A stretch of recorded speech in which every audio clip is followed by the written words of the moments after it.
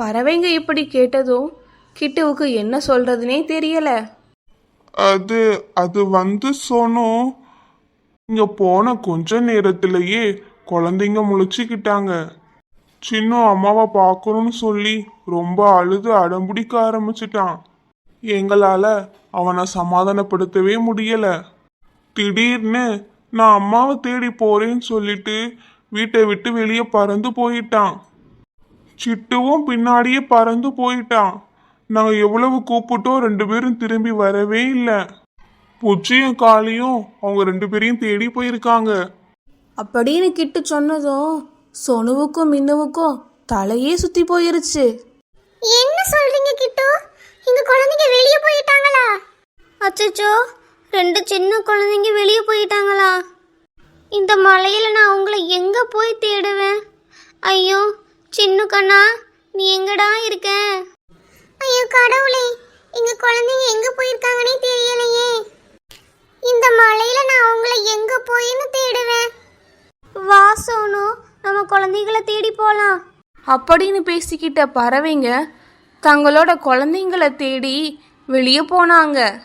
அவங்க போன கொஞ்ச நேரத்திலேயே புஜ்ஜியும் காளியும் மர வீட்டுக்கு திரும்பி வந்தாங்க. கிட்ட சித்தப்பா, எங்க தேடியும் அவங்கள காணோம். புச்சி, அவங்க 3 பேரும் இப்ப திரும்ப வந்தாங்க. குழந்தைங்களை காணும்னு சொன்னதும் திரும்ப பறந்து வெளியே போயிட்டாங்க. புச்சு வா, நம்மளும் அவங்க கூட குழந்தைகளை தேடி போவோம்.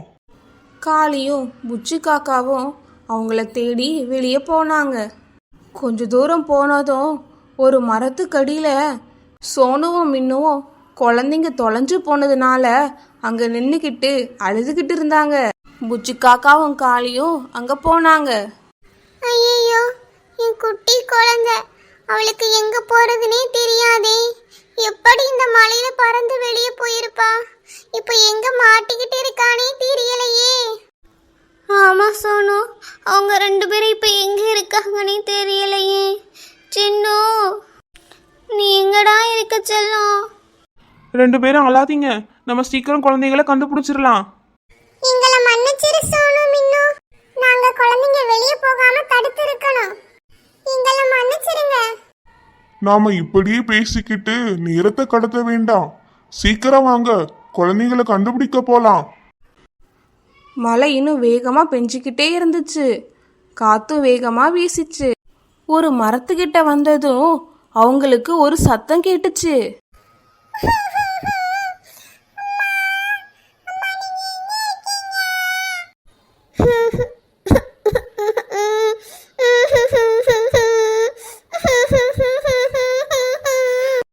ஆமா, இது என்ன சத்தம்? அந்த சத்தம் என் குழந்தை அழுற சத்தம் தான். ஆமா சின்னு, இங்க பக்கத்துல தான் எங்கேயோ இருக்கிறான். சிட்டு, சிட்டு, சின்ன கண்ணா, நீ எங்க இருக்கிற? அப்படின்னு சத்தம் கொடுத்துட்டே பறவைங்க குழந்தைங்கள தேட ஆரம்பிச்சாங்க.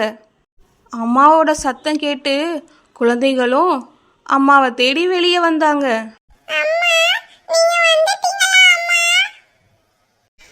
அம்மா, நீங்க எங்களை விட்டுட்டு எங்கம்மா போயிருந்தீங்க? அழாதடா செல்லம், அதான் அம்மா வந்துட்டேன்ல. என்னாச்சு? உங்க 2 பேருக்கும் ஏன் இவ்வளோ அடிபட்டிருக்கு? நாங்க உங்களை தேடி வரும்போது ஒரு மரக்கிளை எங்க மேல விழுந்துருச்சு அம்மா. அச்சச்சோ, குழந்தைங்களுக்கு ரொம்ப அடிபட்டிருக்கே. பறவைங்க எல்லாரும் குழந்தைகளை கூட்டிக்கிட்டு மர வீட்டுக்கு போனாங்க. வீட்டுக்கு போனதும் குழந்தைகளோட காயத்துக்கு மருந்து வச்சாங்க. கொஞ்ச நேரத்திலேயே மழை பெய்யறதும் நின்றுச்சு. மழை நின்னதும் கிட்டு டூர் பஸ்ஸை சரி பண்ணிட்டாரு. எல்லா பறவைகளும் டூர் பஸ்ல ஏறி உட்கார்ந்தாங்க. டூர் பஸ் இப்ப ரெடி ஆயிருச்சு. நம்ம எல்லாரும் மெரினா பீச்சுக்கு போலாமா? ஐயையோ, எங்கேயுமே போக வேண்டாம், வீட்டுக்கு போனாலே போதும். ஆமா, எல்லாரும் வீட்டுக்கே போகலாம். எல்லா பறவைகளும் டூர் பஸ்ல திரும்ப வீட்டுக்கே போனாங்க. வீட்டுக்கு போனதும் எல்லாரும் அவங்க குடும்பத்தோட ரொம்ப சந்தோஷமா வாழ்ந்தாங்க. இந்த ஸ்டோரி உங்களுக்கு பிடிச்சிருக்கா ஃப்ரெண்ட்ஸ்? இதே மாதிரியான ஸ்டோரிஸ் பார்க்க சோனு பேர்ட்ஸ் கார்ட்டூன் தமிழ் சேனலை சப்ஸ்கிரைப் பண்ணிக்கோங்க. நாங்கள் உங்களுக்கு ஹாய் சொல்லணும்னா உங்கள் நேமை கமெண்டில் சொல்லுங்கள் ஃப்ரெண்ட்ஸ். உங்கள் பர்த்டே அண்ட் ஆனிவர்சரி விஷஸ் கூட நாங்கள் சொல்கிறோம் ஃப்ரெண்ட்ஸ். அதையும் கமெண்டில் சொல்லுங்கள். சரி, ஓகே ஃப்ரெண்ட்ஸ், பாய்.